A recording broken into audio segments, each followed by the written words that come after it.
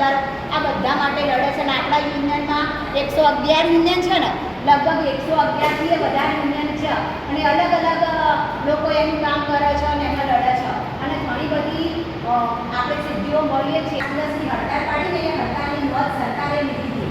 તમને જો ખ્યાલ હોય અને ધ્યાન દોર્યું હોય ત્યારે ટ્રેડ યુનિયન હડતાળ પાડે તો 1 મહિનો પહેલાં સરકારને જાણ કરે તો અમારી માંગણીઓ આટલી છે અને જો એ માંગણીઓ તમે નહીં સ્વીકારો તો અમે સરકારને ત્યારે ખબર પડે કે જ્યાં સુધી માહિતી ના જાય ને ત્યાં સુધી સરકારને ખબર ના પડે. અને આપણે 5 દિવસની હડતાળ પાડી, એમાં 3 દિવસની હડતાળ પાડી, પછી પોલિયો આવ્યો તો પોલિયો એ રાષ્ટ્રીય